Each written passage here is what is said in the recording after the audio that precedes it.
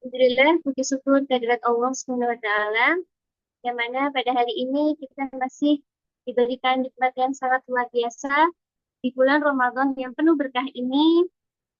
Allah senantiasa memberikan nikmat yang sangat luar biasa ini, yaitu iman, Islam, ihsan. Sehingga pada hari ini kita dapat bertatap muka kembali, walaupun via Zoom ya, bunda-bunda dan ayah, tapi tidak mengurangi semangat sedikit pun, tetap semangat. Alhamdulillah, salawat salam semoga tetap tercurahkan kepada junjungan Nabi besar Muhammad SAW yang selalu kita nantikan syafaatnya di yaumul kiamat kelak. Amin. Amin. Ya rabbal alamin. Baik, untuk memulai acara sekolah orang tua pada hari ini, alangkah baiknya kita buka dengan membaca surat Al-Fatihah bersama-sama. Abada. A'udzu billahi minasyaitonir rajim. Bismillahirrahmanirrahim. Alhamdulillahi Alhamdulillahi Rabbil Rabbil Alamin. Alamin. Ar-Rahmanir-Rahim. Maliki Yawmiddin. Iyyaka na'budu wa iyyaka nasta'in. Ihdinas siratal mustaqim. Siratal ladzina an'amta 'alaihim ghairil maghdubi 'alaihim waladdallin. Ya, hari ini cuacanya di saya agak mendung-mendung Bunda, tapi tidak mengurangi semangat hari ini ya, Bunda-Bunda ya. Oke, baik. Sebelum saya mulai acara pada hari ini, alangkah baiknya kita perkenalan dulu dengan narasumber pada hari ini. Oke, yaitu saya kenalkan dulu, beliau adalah Ustadz Narinda Darwis, yang namanya tidak asing lagi ya mudah-mudahan ya, tidak tidak asing lagi di telinga kita. Beliau adalah seorang trainer, motivator, dan penulis buku, terus seorang founder gabung Gerakan Anak Bahagiakan Orang Tua, Direktur Asmara Family Training, founder Solatku Bahagiaku. Beliau beralamat dari Dusun Pendolor, Desa Bendo, Kecamatan Pari, Kabupaten Pidi.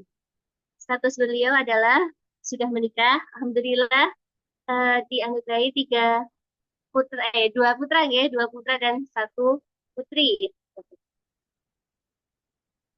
Beliau juga penulis beberapa buku. Yang pertama adalah Apakah Bibirmu Masih Perawan, Kafe Curhat Remaja, Klinik Cinta, dan Kecanduan Sholat. Nah, beliau adalah seorang motivator yang apa? Yang selalu kita tunggu-tunggu katanya seperti itu.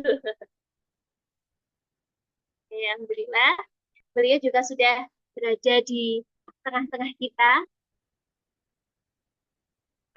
Baik, apa langsung saja nggih? Ustaz sudah siap? Pak Darwis sudah siap? Insya Allah siap. Suara saya sudah terdengar, Saudara? Oke, Suara. sambung. Ya, Oke. oke, siap. Tadarusan, nggak uwes-uwes. Saya punya pantun Ustaz, bentar. Siap. Tadarusan, nggak uwes-uwes. Cakep, gitu. Ramadan selalu dinantikan. Monggo, Ustaz Darwis, kami persilahkan. Ya, matur suwun, Ustaz Alfi. Saya pantunnya terbatas, jadi nggak pakai pantun ini ya. Baik, matur suwun. Bismillahirrahmanirrahim. Assalamualaikum warahmatullahi wabarakatuh. Waalaikumsalam. Alhamdulillahirabbil alamin wassalatu wassalamu ala asrofil anbiya'i wal mursalin wa ala alihi wa ashabihi ajma'in amma ba'd. Qala Allah Ta'ala a'udzu billahi minasyaitonir rajim. Bismillahirrahmanirrahim. Inna a'tayna kal kautsar fasholli li rabbika wanhar inna syani'aka wal abtar. Yang selalu saya sampaikan di awal pertemuan di mana-mana adalah mari terus untuk meningkatkan takzim kita, taat kita pada warisatul anbiya, pewaris para nabi dan rasul, para alim, para ulama, para yai, asatid, asatidah, guru-guru kita semuanya. Wa akrimu man tata alimina minhu. Muliakanlah orang-orang yang telah memberimu ilmu. Karena saya selalu bilang ini di beberapa majelis, trennya sekarang adalah tren anak-anak muda atau orang muda yang tidak ngerti agama tapi sering mengkritisi para ulama zaman dahulu. Padahal mereka yang tidak ngerti agama, mereka nggak ngerti apa Quran apalagi, bahasa Arab tidak bisa, hadis tidak hafal.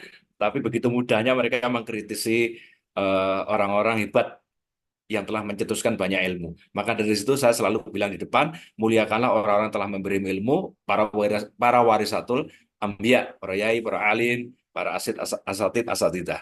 Nah, eh, Bapak Ibu yang saya hormati, saya muliakan, eh, seluruh keluarga besar Yayasan Nurul Islam yang saya hormati, para ustazah dan seluruh pengurus. Saya waktu dihubungi Mbak Maria di awal itu materinya luar biasa ini, beratnya bukan main ini nggak tanggung-tanggung lah. Materi tauhid, materi halal haram. Nah, kalau mengajarkannya kepada anak-anak kita mungkin sedikit agak lega saya. Karena dalam konteks itu secara usia anak saya sudah melampaui usia. Kan ragil saya si Hana ini kan mau lulus SMP, jadi mau SMA. Selain ini insya Allah nggak punya anak SMP saya. Tetapi lagi-lagi ini materi yang super berat, masalah tauhid. Ini saya sampaikan di depan dulu, biar nanti penjelasan kita juga tidak banyak memunculkan kebingungan. Karena tidak bisa dipungkiri, mohon izin ya, tidak bisa dipungkiri. Dan harusnya kita maklum semuanya. Bicara tauhid, termasuk akidah di dalamnya, ada perbedaan tajam lah antar ulama. Tajam sekali perbedaannya di bidang akidah tauhid ini. Saya agak harus hati-hati menyampaikan masalah tauhid ini. Misalkan sudah sering di antara sebagian kaum muslimin mengenal tauhid itu misalkan dibagi tiga, yang sering kita dengar ya, rububiyah, uluhiyah, asma wa sifat. Itu untuk kalangan tertentu memang itu dipakai. Tapi untuk kalangan saudara kita yang lain, itu benar-benar perbuatan yang tidak ada dasarnya itu. Di zaman Nabi nggak ada pembagian tauhid kayak begitu. Nah, sementara yang lainnya juga memakai 20 sifat dari Abu Al-Asy'ari itu ya. Itu juga menjadi kritikan. Nah, makanya saya sampaikan di depan dulu. Nanti kita lebih bicara pada tauhid yang lebih sederhana saja, lebih esensial. Nanti kalau ada sesuatu yang agak sedikit berbeda, misalkan mohon dengan sangat disikapi dengan bijak. Karena saya yakin pasti ada ketidaksamaan dengan keyakinan bicara masalah tauhid. Karena yang sering muncul perbedaan pendapat di kalangan umat Islam itu kan di bidang fikih. Tapi memang di bidang tauhid itu terjadi bahkan tajamnya luar biasa.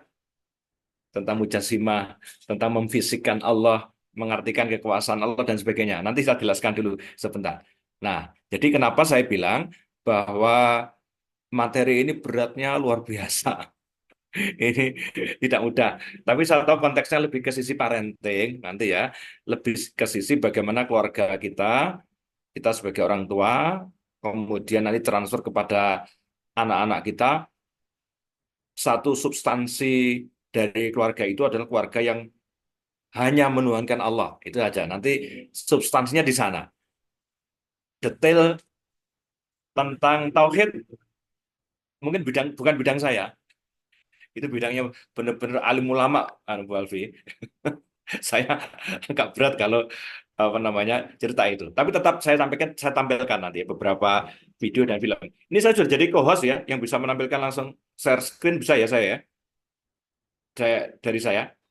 Mudah-mudahan bisa ya. Nanti kita coba dulu. Oke, ini yang pertama saya sampaikan di depan dulu, Bapak Ibu yang saya muliakan terkait dengan masalah ketauhidan. Nah, kenapa penting tauhid ini menjadi landasan yang pokok bagi saya pribadi, sejak kecil memahami, justru salah satu kelebihan dan kekuatan ajaran agama Islam, salam dari Gusti Allah, itu justru di tauhid ini. Jadi, kalau nanti, tanda kutip ya, terserah Allah memberikan hidayah. membesar-besarkan agama ini misalkan berdasarkan suatu kejadian. Apakah kejadian seseorang masuk Islam gara-gara melihat atau bermimpi Nabi Muhammad, masuk. Atau melihat keajaiban-keajaiban di alam, oke.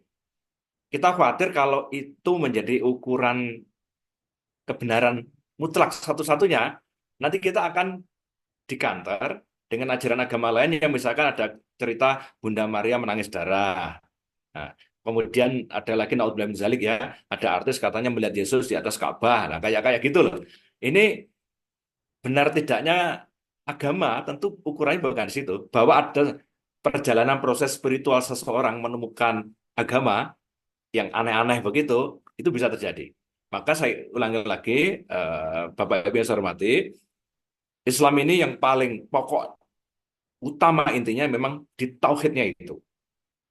Bahwa mengarahkan segala aktivitas kehidupannya totalite 24 jam luar dalam apapun yang terjadi itu semata-mata untuk Allah, menomorsatukan Allah. Itu yang disebut dengan tauhid. Yang itu tidak ada di ajaran agama lain. Nah, oleh karena itu, kenapa kita harus terus menjadikan tauhid ini bagian nomor satu di keluarga kita, tentu kepada anak-anak kita juga. Ya di situ tadi bahwa Islam ini kebenaran mutlaknya justru terjadi saat ada ajaran La ilaha illallah Muhammadur Rasulullah. Gitu Bapak Ibu, ini yang penjelasan saya yang kedua. Kemudian yang ketiga, ini untuk pembukaan, untuk membuka materi kita yang berikutnya adalah kita rasa syukur dulu. Kita benar-benar bersyukur dulu pada Allah. Sampai hari ini, Allah tidak pernah menakdirkan yang buruk buat kita. Dan itu tidak mungkin. Itu bukan sifat Tuhan. Karena sifat Allah itu yang pertama adalah Ar-Rahman Ar-Rahim. Bahkan Allah menamakan dirinya untuk pertama kali adalah sifatnya namanya Ar-Rahman Ar-Rahim. Artinya, segala bentuk keputusan Tuhan kepada makhluknya, termasuk kepada manusia, itu awalnya konteksnya Ar-Rahman Ar-Rahim Allah. Bahwa makhluknya mensikapi berbeda dengan apa yang menjadi kehendak Allah, itu urusan iman. Itu urusan iman masing-masing. Suara saya masih terdengar jelas? Mbak Alvin? Oke, jelas Ustaz. Masih ya? Ya, Kayaknya udan masalahnya, Mendo. ini Jadi betul Ustaz. kualitas suaranya, iya. Saya tidak pakai headset ini. Oke, saya lanjutkan. Kita bersyukur dulu pada Allah SWT, Bapak Ibu yang saya hormati, sampai hari ini, sampai detik ini, keputusan Allah apapun, meski misalkan sedikit ada protes, minimal bertanya lah ya, kok begini takdir Tuhan, sliwer, sliwer, sliwer, sliwer, sliwer, itu oke, itu manusiawi banget. Tapi kita akan segera mengkanter dengan satu asumsi, ana ingdazdani abadi bi. Kata Allah di hadis qudsi yang disampaikan kepada kanjeng Nabi. Hadis qudsi itu firman Allah yang tidak tercatat dalam Al-Quran, yang memerintahkan kanjeng Nabi sendiri. Ini hadis qudsi, ini Quran ya. Tapi sama-sama firman Allah. Ana ingdal dzani abdi bi, aku mengikuti prasangka hambaku. Atau teman-teman yang hormati, satu ajaran yang sangat spektakuler juga dari ajaran agama adalah surat Al-Imran 192 ya. Mohon maaf kalau salah. Ada satu kejelasan. Rabbana ma khalaqta hadza batila subhanaka faqina azabannar. Ya Tuhanku, nggak ada yang kau ciptakan itu sia-sia. Maha suci Engkau, peliharalah kami dari api neraka. Nah, jadi yang diciptakan Tuhan, ditakdirkan Tuhan itu tidak ada satupun yang sia-sia. Artinya, Bapak Ibu, hari ini sampai detik ini, apa yang ada pada kita ini terbaik. Meski, mohon maaf, kita susah untuk menerimanya. Ya memang begitu. Jenenge wong, kita bukan malaikat kok. Malaikat itu jelas makhluk paling setia. Iblis itu makhluk paling pembangkang, tapi dia tahu Tuhan itu benar. Tapi manusia itu dua-duanya. Kadang bisa bersikap sebagai malaikat, kadang bisa bersikap sebagai apa namanya, setan juga kadang-kadang. Nah, jadi kalau saya pakai syair, kita punya sikap, ini kaitan dengan tauhid nanti ya. Persis setahun yang lalu, ku dijauhkan dari yang tak ditakdirkan untukku. Yang ku ingat saat itu, yang ku lakukan hanya menggerutu angkuh. Luar biasa ini, kena banget saya ini. Ustaz Alfi tahu ya lagu ini? Tidak tahu. Nggak tahu, luar biasa. Ini memang orang nulis luar biasa. Lagunya Bernadia itu ya. Saya terkesan karena memang ada kritikan yang tajam banget. Kritikan itu jelas mengatakan saat kita ditakdirkan sesuatu yang bukan lagu lama Mas Agus. Ini lagu baru ini. Kok lama sih? Baru belum ada setahun itu. Kalau yang lagu lama itu kan yang lagunya sepanjang jalan kenangan kita selalu bergandeng tangan. Nah, itu ketahuan, itu jelas kelahiran Saya tahun tahu, Ustaz. 70-an kalau itu. Oke, jaga lagu jadi bingung. Balik ke materi. Jadi kita lebih banyak menggerutu ketika mendapati sesuatu yang tidak ditakdirkan. Ini nanti bedanya tauhid, orang bertauhid dan tidak nanti ada di sini, Bapak Ibu. Nah, saya ulangi lagi, lebih percaya dengan cara-caraku, pilih ragukan cara sang maha penentu. Begitu syair lagunya itu. Saya kena banget. Makanya di fansnya Bernadia disebut sebagai pasien Bernadia. Karena lagu-lagunya orang yang sedang stres tapi mendapatkan obat seolah-olah itu. Nah, saat punya kemampuan baik sangka tadi, karena mengenal Tuhannya, nah nanti kita mulainya di sini. Mengenal Tuhannya, ini kita bicara orang tua dulu ya, pemahaman kita sebagai orang tua harus benar dulu. Bagaimana nanti mentransfer ke anak-anak kalau misalkan orang tuanya ada pemahaman yang misalkan tidak pas. Dalam konteks hal tidak kita inginkan muncul dalam kehidupan ini, tapi kita tetap berjalan. Don't stop and go on. Dan di refnya lagu itu luar biasa itu. Untungnya bumi masih berputar, untungnya ku tak pilih menyerah, untungnya ku bisa rasa hal-hal baik yang datangnya belakangan. Nah, pada akhirnya dia bisa merasakan hal baik datangnya belakangan. Awalnya kayaknya kok berat, di luar nurul. Kayaknya Tuhan itu kok. Nah, ketika ada berusangka atau cara pandang Tuhan kok dan sebagainya, berarti ada sisi ketauhidan kita, akidah kita yang perlu terus kita pelajari. Ini penting banget, Kak. Bapak Ibu yang saya hormati, karena kita akan sedang bicara sesuatu yang sangat pokok dan fundamental dalam kehidupan kita. Bukan hanya kehidupan beragama. Saya tidak terlalu setuju lah dibilang itu kehidupan keberagaman kita. Enggak, agama itu ya kehidupan itu sendiri. Jadi nggak bisa dipisah-pisah. Nah, Bapak Ibu, sekarang saya akan coba masuk ke sisi apa sih sebenarnya tauhid itu. Saya coba akan share screen, nanti kita bisa nikmati bersama-sama. Kita coba ya, kalau screen saya sudah bisa, mudah-mudahan ya bisa. Sekedap. Saya carinya dulu, mudah-mudahan. Padahal tadi sudah saya siapkan ini, kok belum ketemu.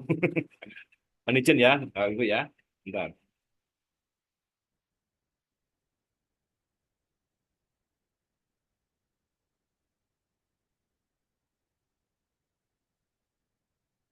Ini ya, mohon maaf, satu dia dulu. Eh, sudah keluar gambarnya belum? Belum, Ustaz. Belum ya, bentar. Ini share screen tadi mana tadi? Bentar, mohon maaf. Ah, kok jadi orang desa aku. Ini sebentar, mohon maaf.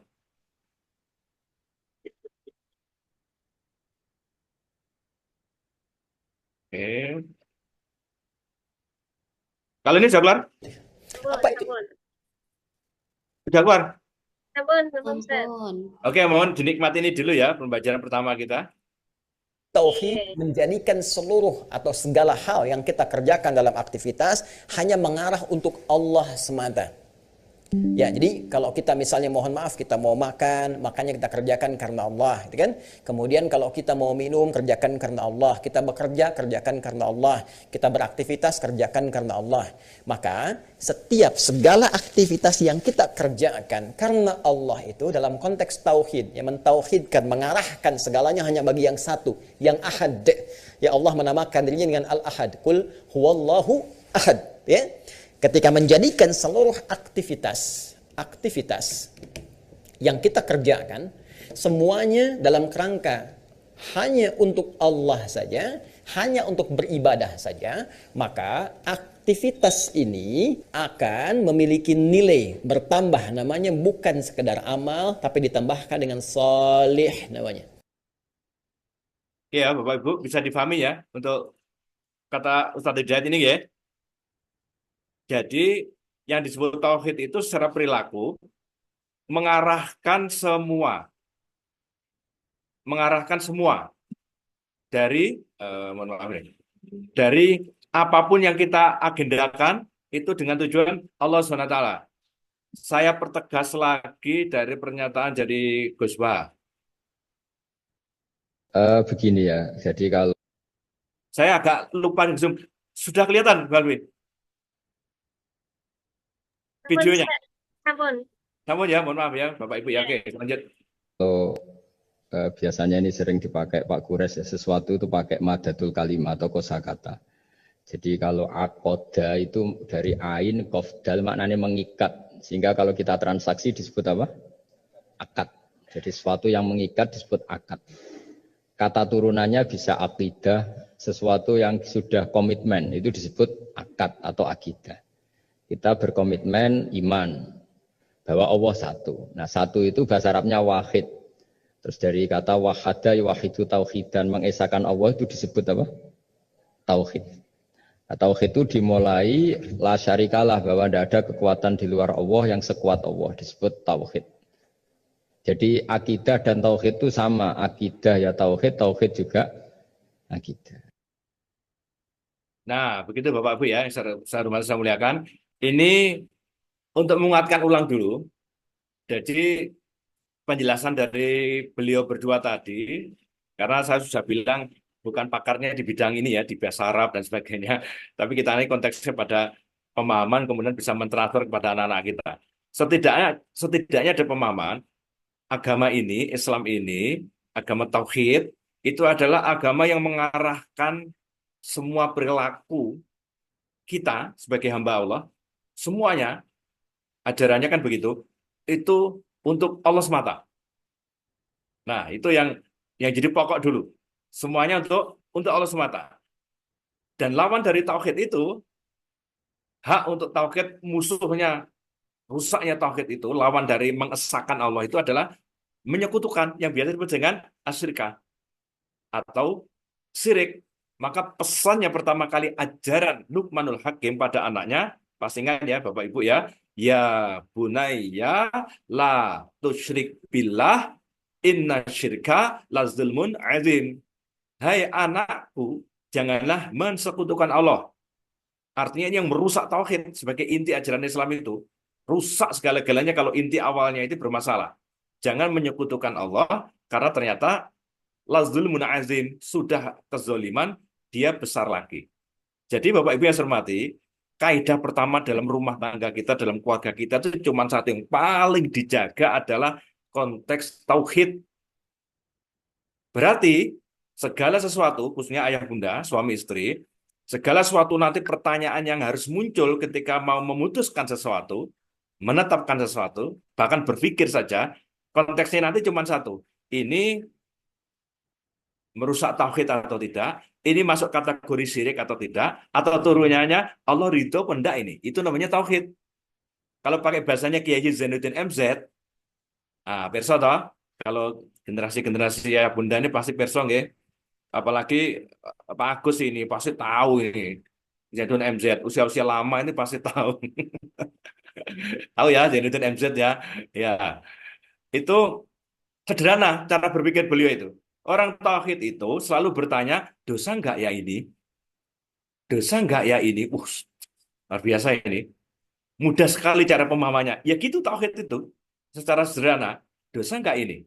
Jadi mau ngapain ya? Mau memutuskan apa? Ini mau misalkan lebaran. Ini mau lebaran. Gimana nih mah? Nggak punya duit ya? Ya gimana lagi? Ya udahlah Pak. Ambil uang di kantor aja nggak usah banyak-banyak.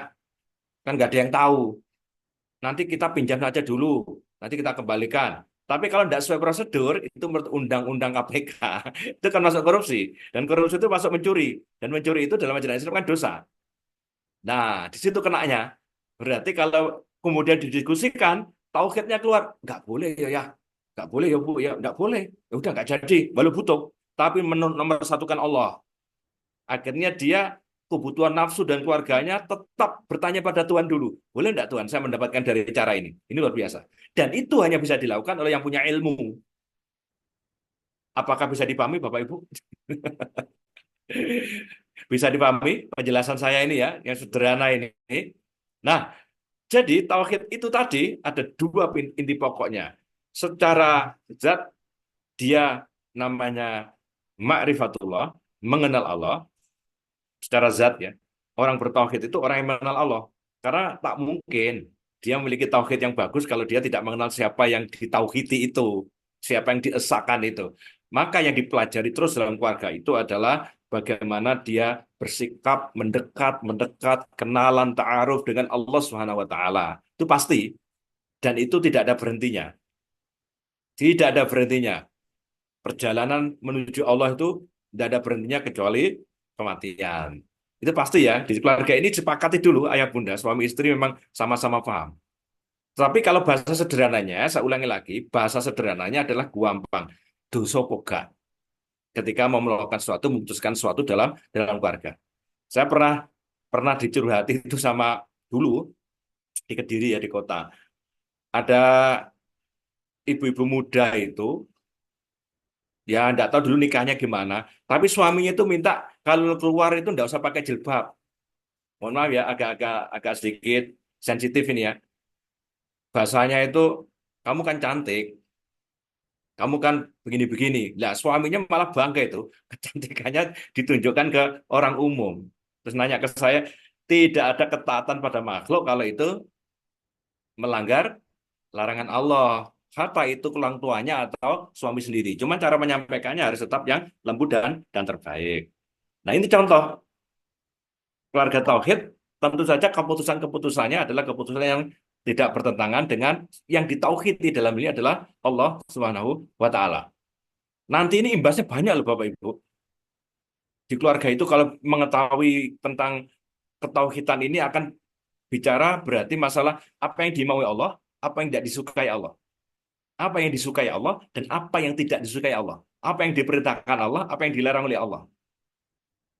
Dan itu tercover lewat Kanjeng Nabi, kemudian lewat sahabat, tabiin, tabiin, salafus soleh, terus para alim, para ulama, ustadz-ustadz kita sampailah ke kita. Nah, ilmu itu yang pada akhirnya mengetahui bahwa Allah adalah satu-satunya zat yang memang layak dan diutamakan, yang harus diutamakan. Umpama, ini contoh aja ya, enak ya.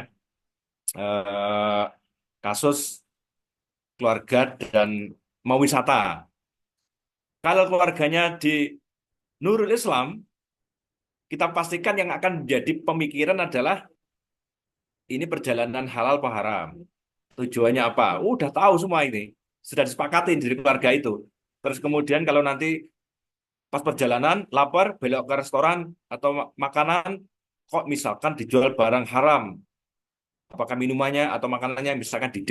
Karena kalau saya dan istri memang agak tegas ya ini ya. Apalagi istri saya. Jadi kalau menggok ning warung ya jenis pesen dapat dodolan di D.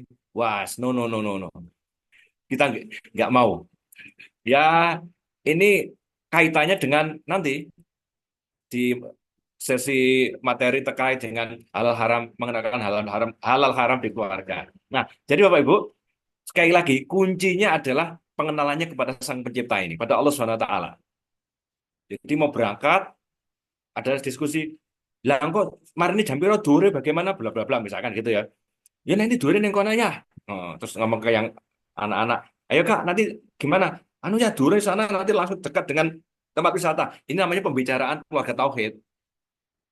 Allah dinomor 1-kan. Keputusannya tetap menurut Allah gimana? Nah, menurut Kanjeng Nabi gimana? Bukan asal saja. Bukan asal seneng, asal oke. Ini bukan keluarga tauhid.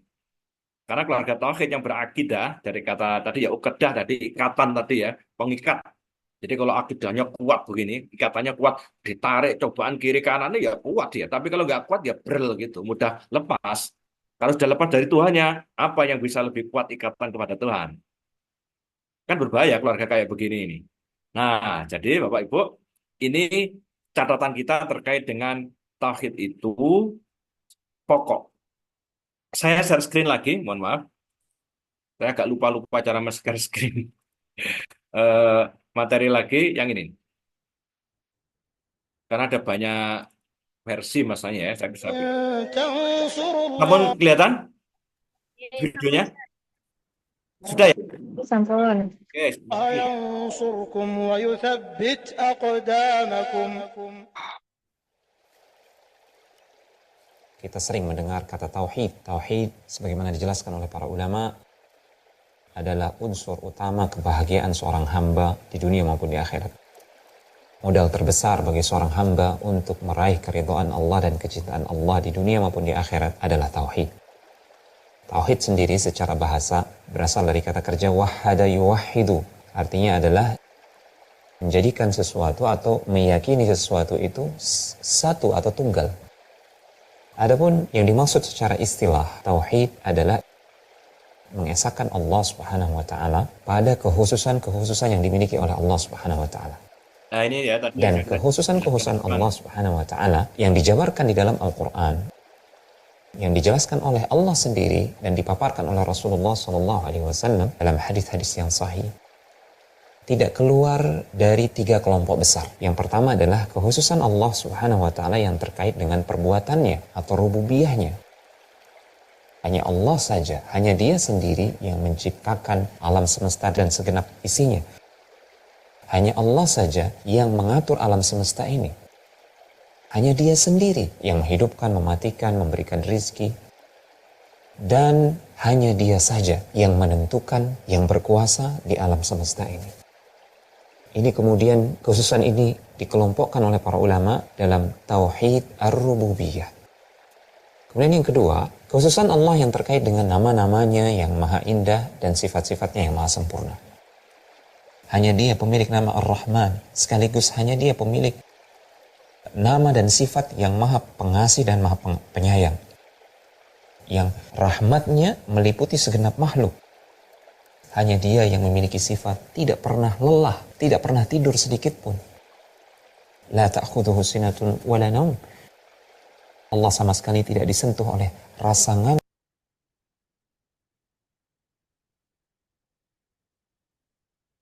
Ini Bapak Ibu, apa namanya? Terkait dengan sedikit pengenalan kita kepada Allah. Dan tentu tidak hanya itu pasti. Karena mengenal Allah tentu saja banyak jalannya. Kalau kata Profesor Dr. Hamka, orang mengenal Allah itu dari banyak pintu. Pintu manapun sebenarnya bisa melihat dan dari diri sendiri ya kata Ali bin Abi Thalib. Maka dia akan bisa mengetahui Allah. Kalau mau mengenal Allah sebagai kunci, dia semakin bertauhid. Dan itu mestinya menjadi kesepemahaman. Satu frekuensi. Yang bahaya nanti kaitannya dengan halal haram di rumah. Berikutnya, nanti kita jelaskan. Kalau tidak sefrekuensi Bapak Ibu, antara suami istri, lumayan berbahaya itu. Kalau tidak sefrekuensi. Contohnya misalkan ini ya, kita bicara frekuensi itu misalkan, sebentar. Ini misalkan. Nah, pernah mirang kan, melihat kan? Walau dipukul keras sekalipun kalau frekuensi nggak sama, nggak bisa nyetrum. Tapi kalau frekuensinya sama, nah, kan?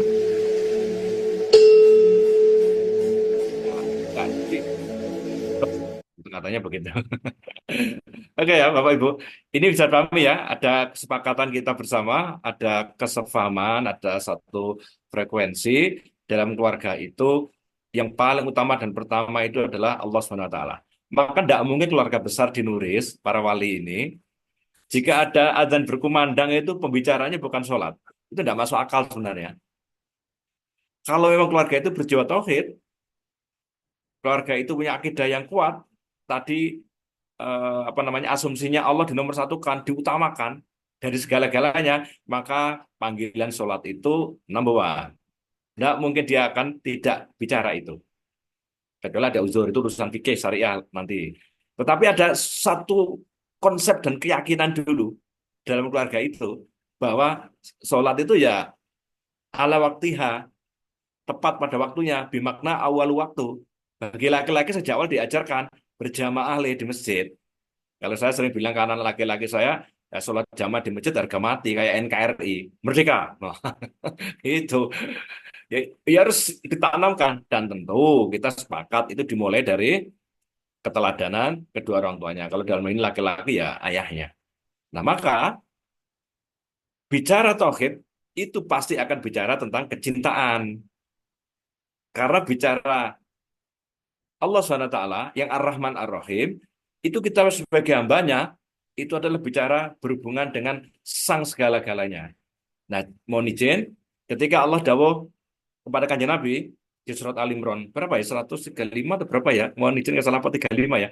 Qul in kuntum tuhibbunallah fattabi'uni yuhibbukumullah wa yaghfir lakum dzunubakum wallahu ghafurur rahim. Jelas sekali di sini ya.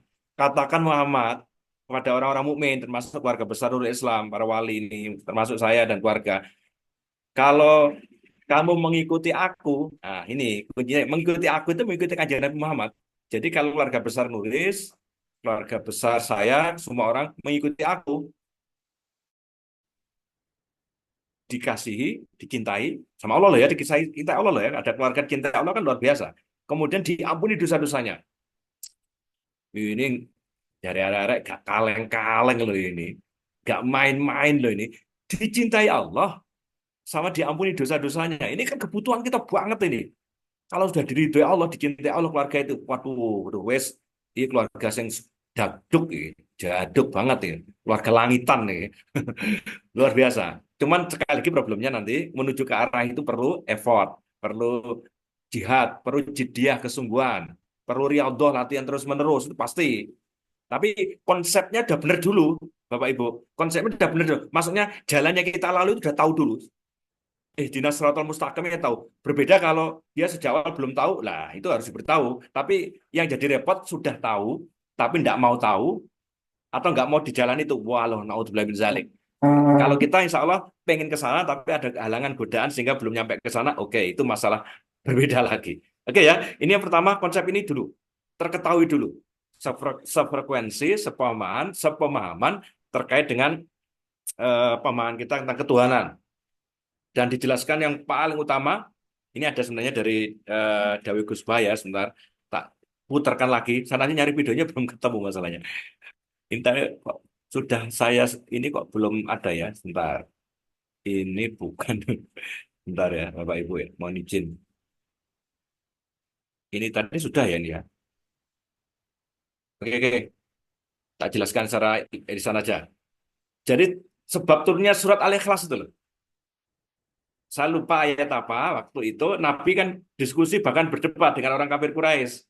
Ketika Nabi menyalahkan Tuhannya, Lata Uzza, Manat dan Hubal itu kan patung. Itu nggak bisa apa-apa. Nggak bisa menolong dirinya sendiri apalagi menolong kamu.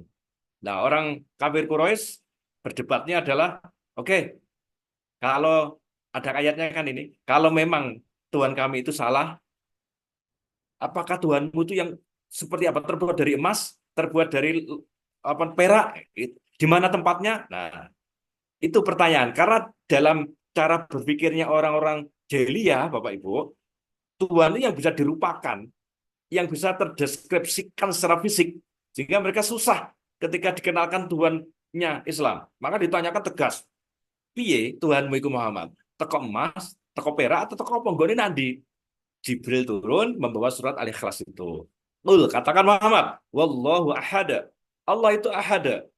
Esa. Allahus samad. Allah tempatnya meminta. Tempatnya sambat misalkan. Tempatnya mengadu. Lam yalid walam yulad. Allah itu tidak beranak dan juga tidak diperanakkan. Ini kunci yang terakhir juga. Walam yakullahu kufuwan ahad. Dan dia berbeda dengan makhluknya apapun berbeda. Ya memang begitu. Karena mohon maaf, agama-agama lain itu Tuhannya memang terdeskripsikan secara fisik. Ada Tuhan Yesus, ada Brahma, ada siapa ya? Atau mungkin Buddha, apakah itu dianggap dewanya atau bukan? Saya kurang paham ya. Ada Dewi Kwan Yin misalkan ya. Itu semuanya dibuat. Sementara Islam itu malah dilarang keras karena itu mencederai sifat ketuhanan. Nah, begitu Bapak Ibu. Cara berpikir sederhananya terkait tentang siapakah Tuhan kita. Yang paling enak memang surat Al-Ikhlas. Surat yang paling ikhlas karena namanya ikhlas tapi di dalamnya tidak ada kata ikhlas. Ini ya babak pertama sudah saya sampaikan. Babak pertama terkait dengan tauhid. Loh, kalau babak pertama ini harus diobatin bisa 1 semester loh lagi kalau di kampus itu. Loh iya, kalau di pondok malah ada beberapa kitab nggak selesai. Makanya ini pembelajaran yang apa bahasanya pembelajaran sepanjang hidup apa?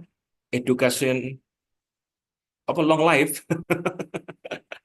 Kemai pari rasa bahasa Inggris. Gitu ya Bapak Ibu ya. Paham ya? Ini bab pertama dulu, indikator capaiannya adalah, tadi saya ulangi lagi kesimpulannya untuk bab 1, tentang tauhid di keluarga kita adalah, yang pertama, mengenal Tuhannya, dan Allah itu zat yang paling diutamakan di keluarga itu. Apapun selalu meminta petunjuknya, apakah ini dosa atau tidak, iya atau tidak, dilakukan. Jadi sekali lagi, pertimbangan kebenarannya cuman al-haqqu min rabbika fala takunanna minal mumtarin. Oke, mohon izin.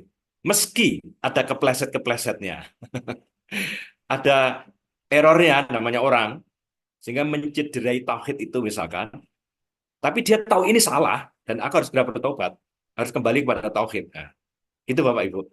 Ini menjadi penting. Dan Ramadan ini saat yang paling tepat mengembalikan kefitrahan manusia kita sebagai hamba, sebagai manusia juga, yang memang secara fitrah pengakuan adanya Sang Maha cuma satu, wahid, itu sekarang saat yang paling paling tepat. Nah, yang berikutnya, entar saya tak ngerpek lagi ya, di WA-nya Mbak Maria tak bukanya lagi indikator apa materi yang kedua kisi-kisinya. Setelah yang pertama tentang tauhid, mohon maaf. Yang kedua, prinsip halal haram dalam rumah tangga. Ini turunan dari orang yang salimul akidah, yang akidahnya selamat, tauhidnya benar. Jadi kalau tauhidnya benar, tadi sudah saya sampaikan, dia pasti akan mengenal apa yang diperintahkan oleh Tuhannya, apa yang dilarang oleh Tuhannya, apa yang dibolehkan oleh Allah, apa yang tidak dibolehkan sama Allah. Karena sama-sama sudah paham bertauhid, maka semakin kuatlah dia menjaga konsep halal haram. Halal haram biasanya kalau bicara di keluarga, pemaknaannya lebih banyak pada rezeki, baik itu cara memperolehnya, atau zat rezeki itu sendiri, kemudian pembelanjaannya. Yang kedua tentang makanan, tentang konsumsi. Itu biasanya kalau bicara halal haram. Padahal tidak hanya itu saja. Kalau bicara halal haram di rumah tangga, di keluarga, ada, mohon maaf nih ya, ada konteks hubungan suami istri. Ada, ya banyak sebenarnya, tentang ya mengajarkan toharoh kepada anak-anak kita sejak kecil. Nanti di bab ketiga ya. Ini konteks halal haram di keluarga mutlak. Kalau dia memang ingin jadi keluarga yang diridhoi Allah. Mutlak ini. Mbok kaya apapun tidak akan coba-coba untuk ayah anu yo aku didik jare enak jare wong-wong. Tidak mungkin. Dia pasti akan tahu ini akan menjadi kemurkaan dari Tuhan. Kayak gitu sudah mutlak. Nah, hal haram. Setahu saya Bapak Ibu, saya sambil belajar ini. Tak ceknya dulu, mohon maaf ini. Setahu saya tentang pengertian halal dan haram itu yang saya baca, secara bahasa kata haram ini memiliki beberapa akar fi'il ma'di. Haruma yahrumun, hurma, haroman, humatan, fahuwa harimun. Nah, secara bahasa haram itu artinya sesuatu yang tidak boleh dilakukan. Huruf aslinya ha, ro, mim. Sama dengan makna yang tidak diperbolehkan. Kalimat yang lain, ada sesuatu yang diperintahkan Allah untuk meninggalkannya, wajib tegas ditinggalkan. Ya, ini apa namanya? Yang dimaksud dengan terkait dengan apa langgaran itu mau eh, kata haram. Jadi itu bukan makanan minuman saja ya. Mungkin pakaian di dalamnya termasuk rezeki. Pokoknya dari kata aroma yang artinya yang harus ditinggalkan. Sementara yang halal dari kata halal atau halalun yang artinya itu adalah yang diperbolehkan. Jadi sederhana ya Bapak Ibu ya. Konsep halal haram di keluarga itu terkait dengan sesuatu yang nggak boleh, sesuatu yang boleh. Berarti mencakup apa? Ya Islam kan untuk khulufismil kafah. Basa Jawa ini mlebu Islam dengan kabeh. Kan ngono ah. Berarti apa? Ya apapun ibadah. Misalkan ibadah kan jelas ini wajib, oke. Ini sunnah, masuk. Ini diutamakan, bagus. Jadi kalau dia nanya, eh, boleh enggak sholat zuhur jam 3 kurang seperempat? Nah, yo, boleh enggak sholat zuhur jam 3 kurang seperempat? Ya boleh. Tapi kalau pertanyaannya, yang diutamakan Allah dicintai man amala ahabba ilallah. Nah, amalan apa yang dicintai Allah? Kalau keluarga bertauhid kan pengen keluarganya dicintai Allah, enggak mungkin keluarga enggak pengen dicintai Allah itu. Karena tahu yang dicintai Allah ternyata sholatu ala waktiha bimakna awal waktu, maka keluarga itu sudah mengkonsep sholat itu ya awal waktu titik. Ora enek engko-engkonan apa nek cuma sekedar gak lapo-lapo misalkan. Game online kah atau nganggur santuy. Nah, paham ya, Bapak-bapak, Ibu-ibu? Ini konsep yang harus dimulai dari awal di tauhid tadi. Jadi halal itu jelas, haram itu jelas, tengah-tengahnya namanya subhat. Dan subhat itu lebih banyak kepada yang haramnya. Detail, mohon maaf, tentang halal haram, materi tersendiri, Mbak Alwi. 1 semester, bahkan 2 semester, iso ada pondok, iso berapa kitab tentang halal haram. Tapi singkatnya cuma niku mau. Lebih ngerti halal haram, harus terus belajar. Setidaknya ada 2. Haram secara zat, itu apakah rezeki atau makanan minuman. Haram secara zat, kedua haram secara perolehan. Jadi bisa jadi zatnya itu halal, tahu halal, tempe halal, es degan halal, tapi jibuke nyolong malah haram. Utawa tahu halal, sate halal, teke dhewe, tapi dimam pas wayahe poso. Padahal dia ndak ada unsur tidak puasa. Itu malah haram. Yang haram bukan makanannya, tapi kapan dia mengkonsumsinya. Mau nggak oleh makan minum sebelum maghrib apa enggak wae. Padahal itu halal semuanya secara zat. Nah, itu harus dipelajari.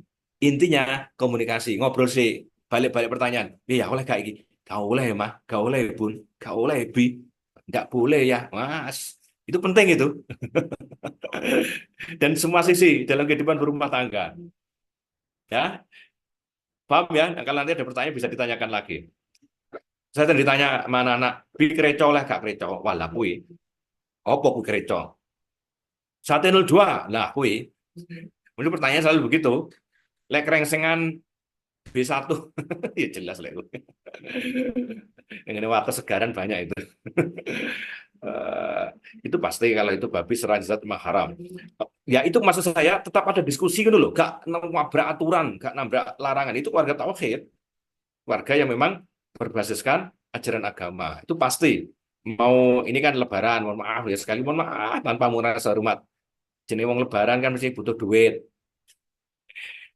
Ada tawaran, teko simpan pinjem. Tapi jelas kita paham itu berbasis riba. Ya tergantung panjenengan minimal ngobrol sih. Minimal ngobrol sih. Saya itu dulu sebelum pandemi itu kan ngisi rutin di BCA ya, Bank Sentral Asia, Yasinan Tahlilan. Eh, Padahal kita tahu BCA itu bagaimana ketatnya seleksi pegawai, tapi ada rutin saya dulu. Nah, biasanya setelah pulang kan gawani jajan. Ini awalnya. Terus waktu itu saya ada liko bersama Dokter Jamal. Waktu itu saya bawa banyak kan satu grup itu kelompok tak guyon. Dok, ini halal apa haram, Dok? Dari BCA, Dok. Dokter Jamal jawabannya diam ambil ketawa, sini tak makannya sini.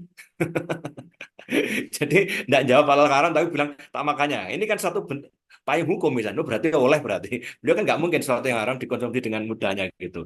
Nah, kawan-kawan yang seperti ini bisa didiskusikan sih kalau bicara fikih. Tapi kita ingin sampaikan, ada sesuatu keputusan pokoknya harus tetap dibicarakan sebagai menunjukkan bahwa kita takluk di bawah Tuhan. Kita manut. Bahasanya Gus Bakar seneng. Kuncine muslim ki manut.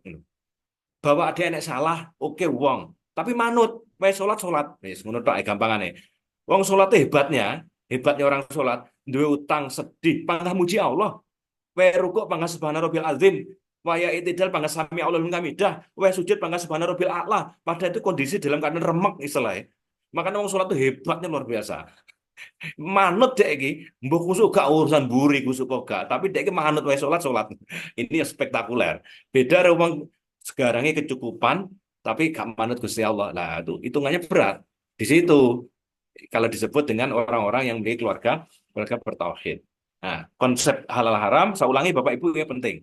Saya sering ketemu dengan acara di Family Asmari Training itu ya, Asmara Family Training. Asmara itu As-Sakinah Mawaddah Warahmah ya. Nah, biasanya kan Samara, apa jenis itu nyingkat, tapi saya agak beda lah Asmara, As-Sakinah Mawaddah Warahmah. Ibu-ibu, bapak-bapak yang muda atau yang belum punya anak, kita bilang berkali-kali, banyak hal dalam keluarga itu yang tidak memperhatikan najis, anaknya ngompol, ngono ngepele ya udah katok sing kena pipis mau diosrok-osrok nang gone apa ngono diuncale twing kok ruang kamar tengah nang gone jeding. Diuncale. Lah aku lek mau di slow motion kan dia iso aku netes mak ting ting ting ting piar ngono kae. Itu najis mutawasitah mungkin atau mukhafafah ya. Putranya mau masuk kamar mandi, jeneng cah cilik gak ngerti bersuci, langsung bar pipis melayu mlebu kamar, melayu rono, melayu munggah sofa, munggah tempat tidur, ngideng-ngideng sajadah lah. Kayak gini keluarga yang tahu tauhid, yang hidupnya diatur oleh Tuhan, nggak akan sembrono begini. Makanya keluarga besar oleh Islam sudah diajarkan. Mohon maaf ya Bapak Ibu, saya sering mengkritisi. Pendidikan seks itu paling penting. Tapi saya yang diajarkan di sekarang pendidikan hubungan seksual. Bukan pendidikan seks. Kalau pendidikan seks itu kan paham. Nah, ini aurat. Nah, ini najis. Nah, ini cara bersuci. Nah, ini nggak boleh pipis sembarangan. Nah, ini mahram. Itu pendidikan seksual. Sejak dini sudah diajarkan. Ini kita mulai nanti ya, bab yang ketiganya. Nah, tapi sayangnya hari ini eh, penanggung jawab tertinggi dari anak-anak kita adalah orang tua agak sedikit tidak begitu peduli. Hal haram yang ngono. Toyib, apalagi bicara toyib.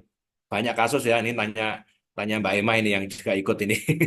Kasus kena diabetes, gula darah tinggi di usia SMP, ada yang gagal ginjal di usia SMA, ada yang meninggal anak SD di Mojokerto itu ya, karena gagal ginjal. Kan cerita-cerita gitu udah mulai sering terdengar.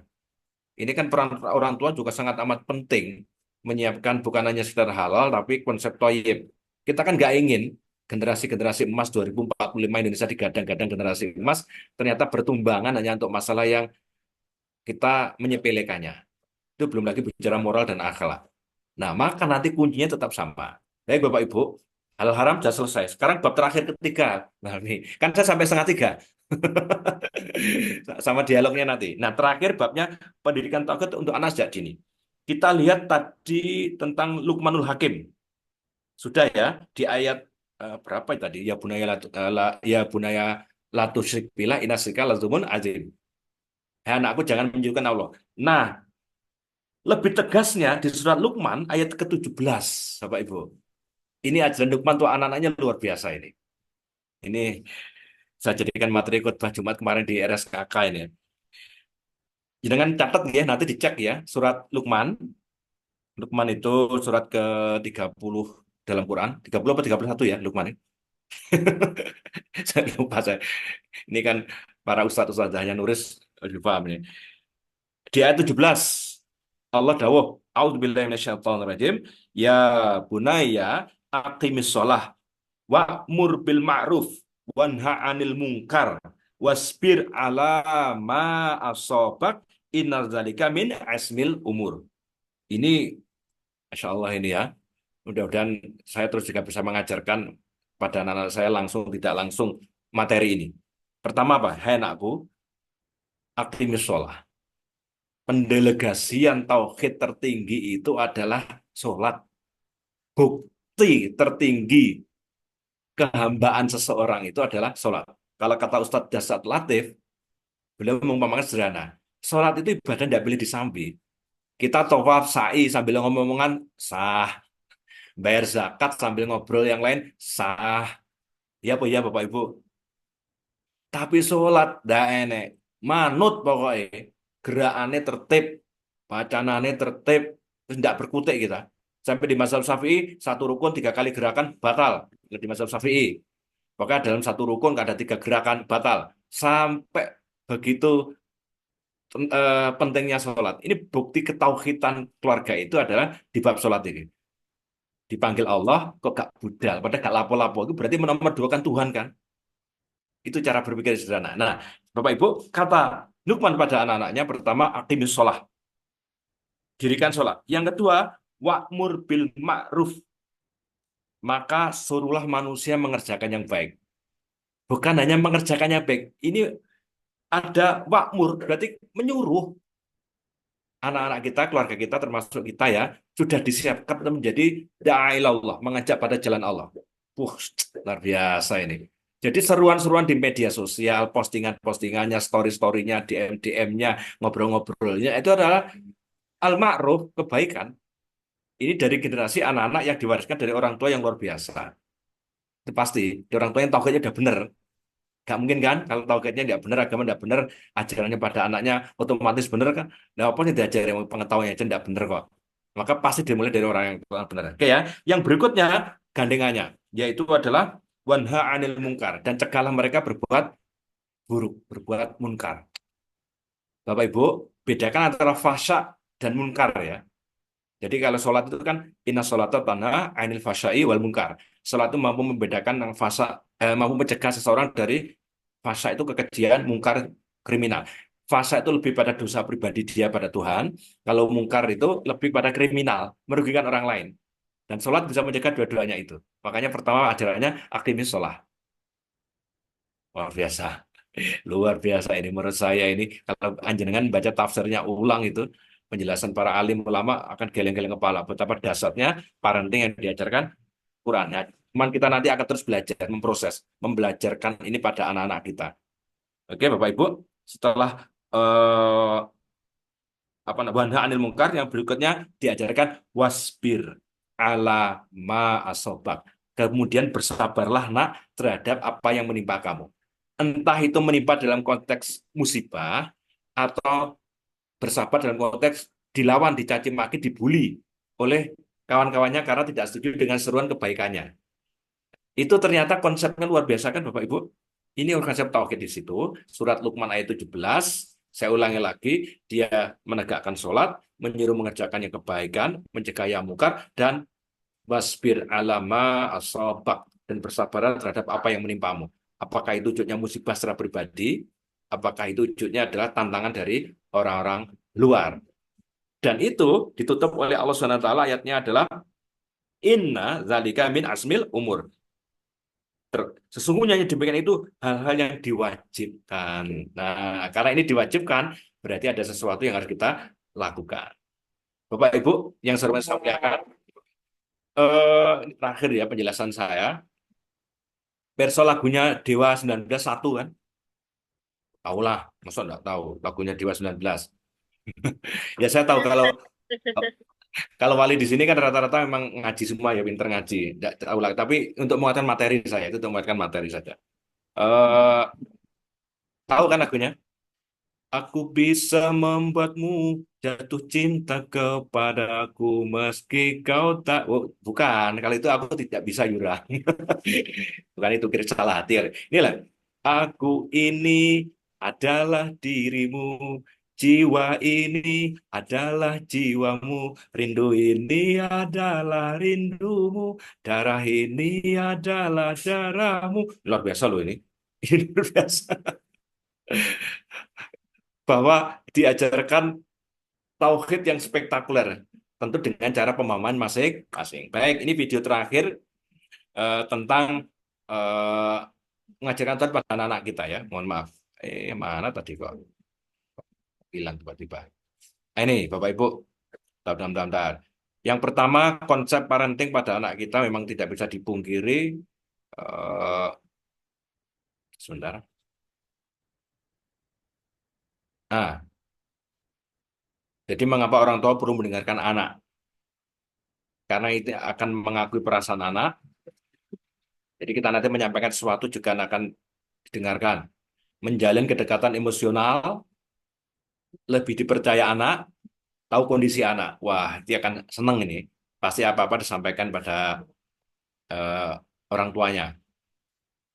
Paham ya Pak Ibu ya? Ini anak saya ragil cewek itu kalau dicintai cowok, laporannya ke saya ya masalahnya. Oke, ini contoh. Terserah panjenengan bagaimana nanti caranya. Ya, Inspirasi pembelajaran taufik pada anak.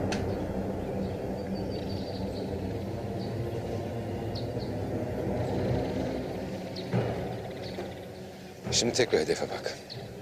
Ama bu sefer gerçekten bak.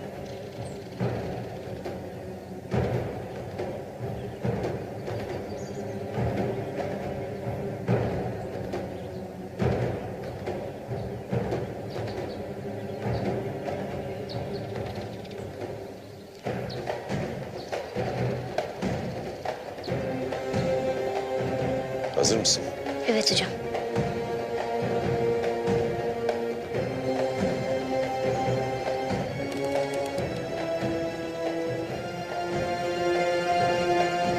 Ya, hak.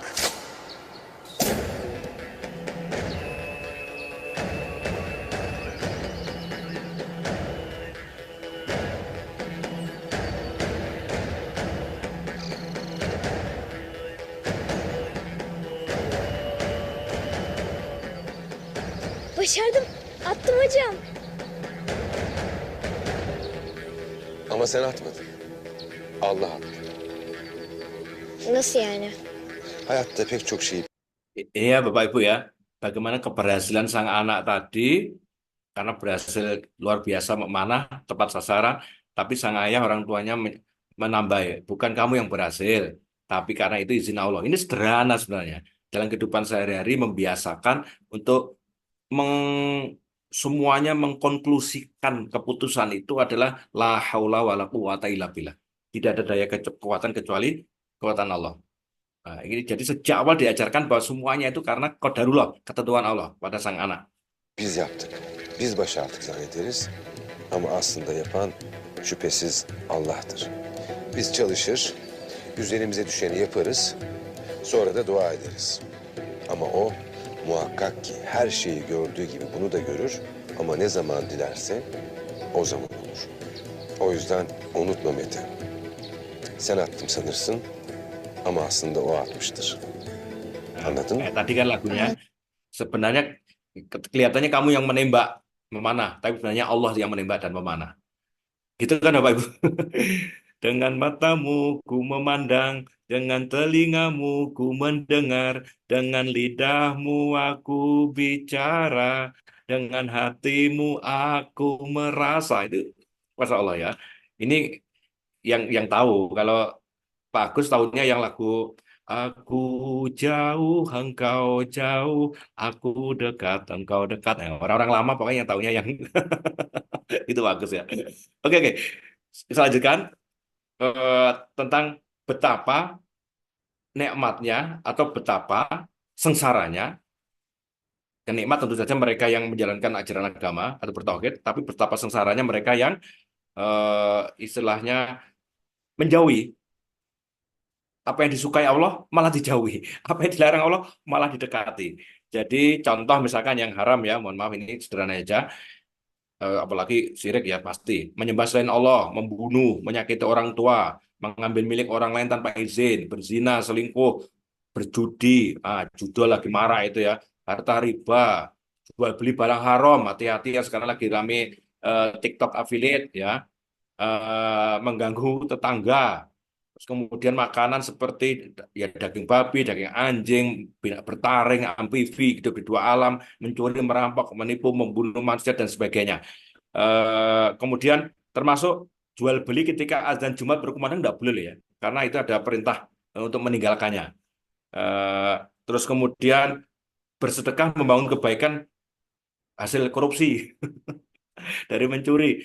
Nah, seperti Robin Hood itu yang sering jadi pertanyaan ya. Atau puasa pada hari yang diharamkan, puasa satu Idul Fitri, satu Syawal, puasa pada 10 Idul Adha ya, kayak gitu nang sebenarnya. Sesuatu yang dilarang justru dia mengerjakannya. Nah, ini hati-hati Bapak Ibu yang hormati saya muliakan terkait dengan keluarga kita kalau mencoba-coba melakukan sesuatu yang disebut keharaman itu. Jadi eh, hal yang haram itu efeknya adalah tertolaknya amal ibadah, itu pertama. Yang kedua, doa yang tidak dikabulkan. Duh, ngeri banget ya, udah ibadah tidak dikabulkan. Eh, apa namanya? Sudah ibadah tidak diterima, doa tidak dikabulkan. Kemudian berikutnya imannya bisa hilang, terkikis terus. Kemudian naudzubillah min dzalik dicampakkan ke neraka. Karena Nabi dawuh, tidaklah tumbuh daging dari makanan haram kecuali neraka lebih utama eh, untuknya. Jadi Bapak Ibu rahimakumullah, sederhananya begitu terkait tentang halal haram dan tauhid dan mengajarkan pada anak-anak, semua tergantung cara pemahaman orang tua. Bahwa cara menyampaikan kepada anak-anak bagaimana, pertama, orang tua lebih paham terhadap anaknya. Yang kedua, belajar terus ilmu parenting kekinian. Karena anak sekarang jauh berbeda dengan dulu. Seperti kata Ali, didiklah anakmu yang bukan pada zamanmu. Perkembangan dunia teknologi, digitalisasi harus membawa dan membuat orang tua sadar. Cara pendidikan harus benar-benar berbeda. Nanti konsep tauhid dari orang tua akan mudah sampai kepada anak-anak saat ada pemahaman komunikasi yang baik dengan anak-anak. Mari terus belajar, jangan pernah berhenti. Terakhir, jangan lupa doa kepada Allah. Yang bisa merubah segalanya hanya Allah. Yang membuat keluarga kita taat padanya juga kepada Allah. Maka tidak boleh berhenti meminta padanya agar keluarga kita termasuk keluarga yang Rabbana hablana min aswajina wa dzurriyyatina qurrata a'yun waj'alna lil muttaqina imama. Matur suwun kathah atas segala waktunya. Saya kembalikan kepada moderator. Ubur-ubur ikan lele. Waktunya entek le. Assalamualaikum warahmatullahi wabarakatuh. Waalaikumsalam warahmatullahi wabarakatuh. Alhamdulillah, terima kasih Ustaz Darwis atas materi yang sangat luar biasa ini. Oke, monggo bunda-bunda atau ayah yang mau didiskusikan sama Ustaz Darwis. Monggo, silakan. Bukannya masih lama loh ya, bukannya ya. Iya. Atau mungkin udah persiapan ya. Atau udah nyambi ini paling Ustaz ya. Atau mudah-mudahan Ustaz nyambi sambil masak mendengarkan Ustaz nih. Mas Agus masa ikut menyiapkan buka ini kalau Mas Agus ini. Silakan Bunda, boleh ditulis di kolom chat atau langsung raise your hand.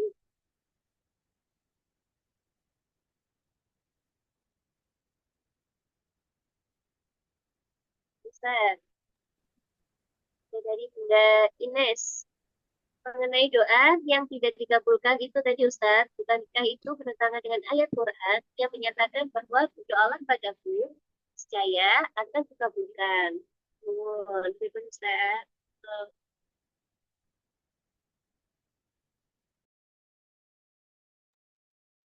Suaranya Ustaz, suaranya masih di... Mohon maaf, mohon maaf. Oke, di surat Al-Baqarah 187 apa 100 berapa itu ya, yang doa itu pasti dikabulkan. Dalam kaidah fikih syariat, sesuatu yang umum itu akan dikalahkan pada sesuatu yang khusus. Tentang syariat yang khusus.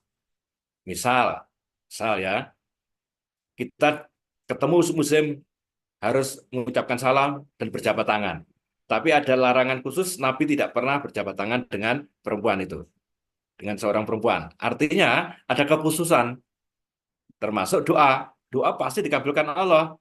Tentu tambahannya secara tidak tertulis syarat dan ketentuan berlaku. Karena segala sesuatu pasti ada syarat sahnya, ada rukunnya. Kan tidak mungkin. Secara umum doa diterima Allah. Tentu maknanya kita tidak bisa pungkiri, tidak usah tertulis. Maknanya kalau doanya itu memenuhi syarat dan rukunnya. Dan salah satu syarat dan rukunnya doa diterima Allah itu adalah dia tidak mengkonsumsi yang haram. Karena hadisnya jelas sekali. seseorang berdoa pada Allah kayaknya sangat luar biasa, tapi Nabi mengatakan bagaimana mungkin dia akan diterima pakaiannya dari haram, makanannya dari bagian yang haram. Nah, itu jadi dasar juga bahwa doa itu kabulkan Allah kecuali mereka yang mengkonsumsi yang haram itu.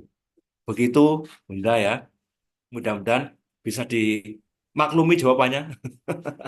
Atau Sun? Iya. Atau Berarti mungkin belum berpengaruh Ustaz ya. belum puas. Berpengaruh ya dari apa yang kita konsumsi itu berpengaruh ya terhadap. Betul, gini memang harus dihati-hati sekali ya. Dihati-hati sekali untuk mengkonsumsi tidak asal sembarangan. Kebetulan eh, kalau Mbak Ima itu kan tahu weges masalah bab itu sangat disiplin, sangat tegas. Kalau saya kadang, walaupun bukan sembrono haramnya ya, tidak Ya, seteliti, maksudnya tidak seteliti. Eh, apalagi Mbak Ima juga sudah punya sertifikasi tentang halal produk ya, jadi iya. semakin teliti. Alhamdulillah Ustaz ya berarti ya. Ya itu makanya yes, melo ae wis nggak ngerti ilmune, melo sing duwe ilmune gitu aja. Oke, begitu ya jawaban saya, mohon izin ya, Bu Ines ya, mohon maaf. Ya ada lagi Ustaz. Oke, Bagaimana dari Nuri, Ustaz Nuri gini. oke. Wah, angel mesti. Bener mesti angel mesti. Bagaimana kita menanamkan tauhid dan membuat anak-anak memahami untuk menjauhi subhat. Mengingat sekarang dunia sangat menakutkan. Ya, lek pakai bahasane, mohon maaf ya, pakai bahasane Gus Bah, kudu cerewet harus jueh. Cerine wali jari begitu. Ya memang itu nasihat, terus tidak nek anu lagi, tidak ada apa istilahnya, nggak ada solusi lain. Terus menasihati, tawasobil haq wa tawasobil sober dengan segala ilmu yang kita punya, dengan cara yang kita punya, dengan teknik yang terserah bagaimana, tapi intinya sama. Intinya terus dinasihati, diberitahu bahwa cara menasihati dan cara memberitahu itu tiap keluarga berbeda caranya, karakternya, terus kemudian teknik komunikasi terbaru dengan anak muda kekinian juga ada dan berkembang itu iya memang, tapi substansinya oh enggak. Saya pribadi mohon izin ya Ustaz Alfi ya. Oke. Saya di media sosial kan aktifnya luar biasa saya. Menurut saya aktif. Facebook, Instagram, TikTok. Padahal saya tidak tahu ngerti konten. Bahkan desain aja tidak ngerti saya. Tapi saya tahu yang share keburukan luar biasa banyak. Nenek berhentinya. Ya tugas kita tidak mengkanter terus keburukan di komen, di lawan, di log, di debat. Gak penting. Nah, itu hanya di skip, terus kita memperbanyak, memproduksi kebaikan. Kok nyantol-nyantol, satu, dua.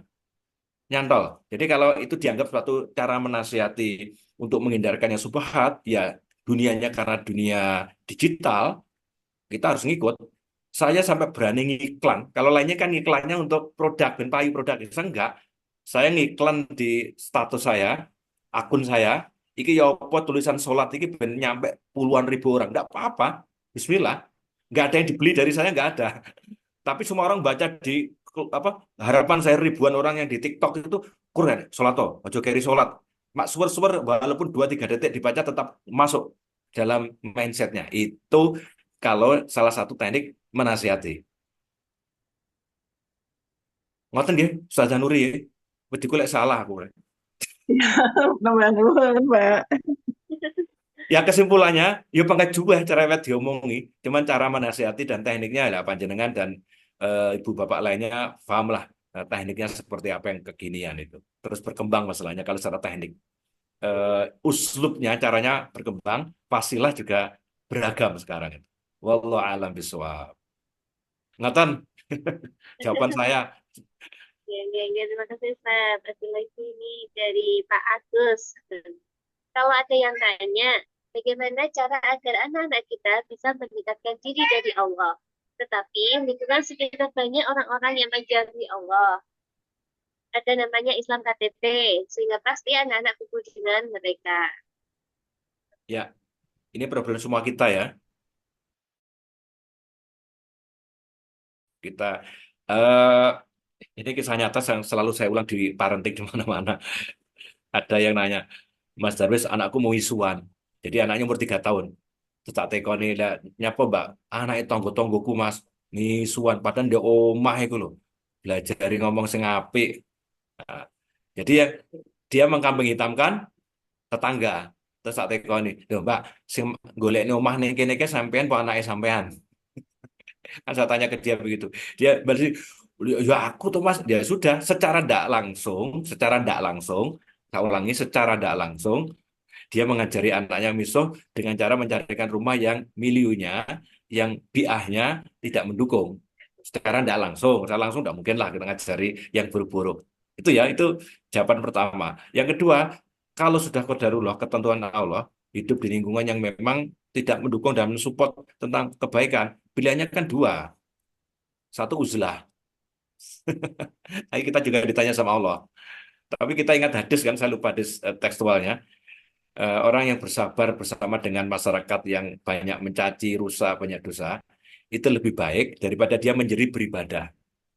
Nah, kalau ikut konstitusinya Rasulullah ya, konstitusi loh ya, itu ya berarti harus berbaur, banyak bersabar dan kalau bisa merubah. Angel ya ini. Tapi begitu Pak Agus yang dikuatkan harus dari keluarga. Saya sudah merasa ya, jenengan pasti juga sama.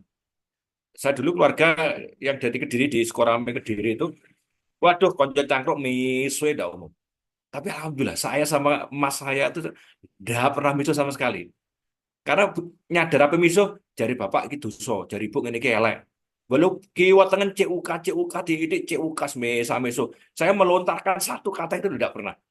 Karena ada filter kuat dari bapak dosa, dari ibu ini elek. Oh ya menang dawe bapak hari ibu itu. Nah, dan teladannya pasti ada karena orang tua juga tidak pernah miso.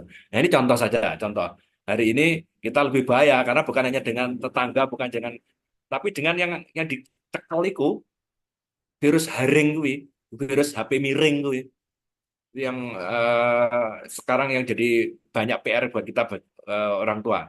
Akhirnya kadang-kadang standarnya kalau saya tak turunkan, Mas Agus, tak turunkan, wis pokoknya cek gelem sholat jamaah nang masjid, wah, engko lek gak gelem lek diuring-uring. Idealnya kan waktunya gunakan dengan baik, idealnya kan bermanfaat, idealnya. Tapi melihat kondisi real yang agak berat, standarnya duduk kayak gitu. Pokoknya orang meninggal sholat zaman masjid titik, harga mati gitu ya. Nanti kalau sudah beres naik lagi. Berpacu dengan waktu tapi kita. Begitu jawaban saya, Pak Sekolah Ibu. Mohon Bagus. aku angkat sekarang. Orang tua. Biar ayah sama ibunya ikut semua. Luar biasa ini.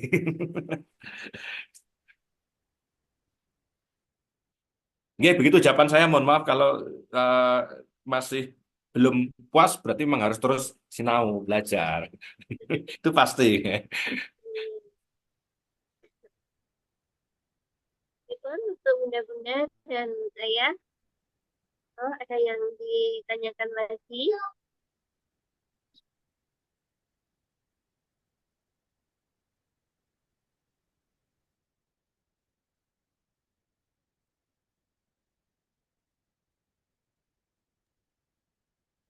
Oke, saya beri kesimpulan ya, saja ya.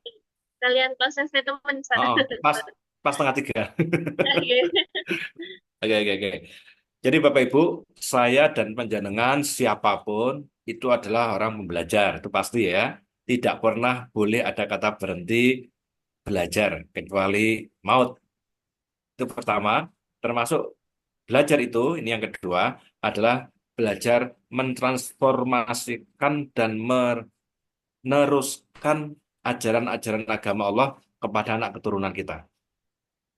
Itu yang utama dan pertama. Lain-lainnya itu hanya sampingan dan selingan dalam hidup ini. Tapi yang utama adalah program utama itu adalah program menyelamatkan ku angfusakum wa ahlikum naro. Wa quduhan nas hijaroh. Wal hijaroh. Selamatkan dirimu dan keluargamu dari api negara yang negara sampai dari api neraka yang bahan bakarnya dari manusia dan batu. Jadi kita tidak masuk di dalamnya. Itu konsep paling utama dalam keluarga kita. Baik, insya Allah hanya itu pesan untuk diri saya dan keluarga saya. Dan untuk Bapak Ibu semuanya, sekali lagi sukses untuk Nurul Islam. Karena saya keluarga besar Nurul Islam juga. 3 anak saya lulusan sini, jadi ya kayak omai dewe gitu aja lah gampangnya. Saya juga pembina Ihsan Nurul Islam ternyata. Sampai lali. Aku ya pembina ya ternyata ya. Ya, begitu Ustaz Alfi. Sekali lagi matur suwun banyak Bapak Ibu semuanya, ya Bunda, sukses untuk menjenengan semuanya untuk Nurul Islam semakin memberi manfaat kepada masyarakat luas. Wallahu a'lam bishawab. Ihdinas siratal mustaqim. Wassalamualaikum warahmatullahi wabarakatuh. Waalaikumsalam warahmatullahi wabarakatuh. Waalaikumsalam warahmatullahi Ini wabarakatuh. Saudari atas materinya pada sore menjelang sore.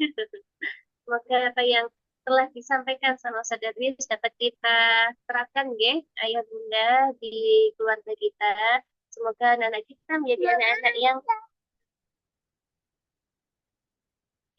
yang soleh dan solehah.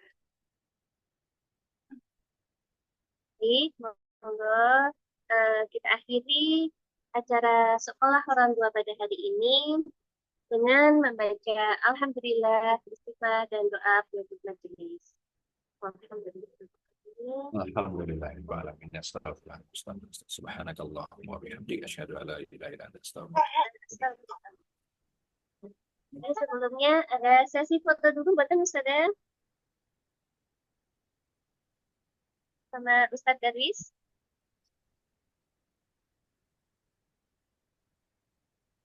Monggo bisa on cam dulu. Saya sudah on cam dari tadi loh, Ustaz. Yang lainnya Ustaz. Oh, yang lain. Aku nggak mau loh.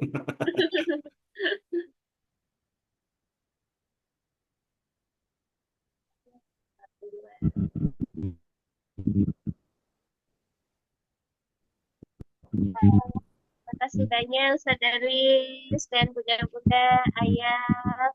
Semoga berkah hari ini. Selamat menyiapkan untuk hidangan berbuka.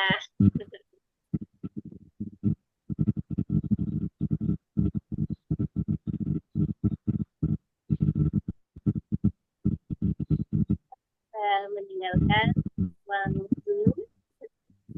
Kitanya untuk pertemuan hari ini, insya Allah sekolah monggo. Insya Allah sekolah orang tua akan hadir lagi di bulan depan. Matur suwun, saya undur diri ya. Saya matur suwun, mohon maaf. Enggak, saya. Terima kasih Pak.